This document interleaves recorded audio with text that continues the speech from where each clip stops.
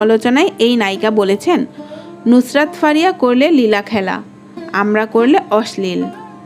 ময়ূরের সেই মন্তব্যের জবাবে নায়িকা পলি বলেছেন, এইবার বুঝলা দোস্ত কেন পোস্ট করলাম।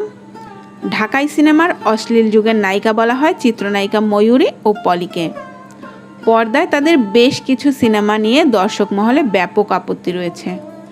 যদিও নিজেদেরকে অশ্লীল যুগের নায়িকার তকমায় আপত্তি রয়েছে এই অভিনেত্রীদের, তবে এসব সমালোচনা কখনো কানে তোলেন না নুসরাত ফারিয়া।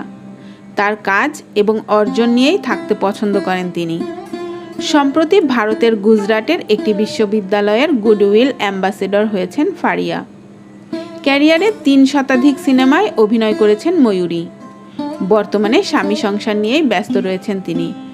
তবে শিল্পী সমিতির নানা অনুষ্ঠানে দেখা যায় এই আলোচিত অভিনেত্রীকে।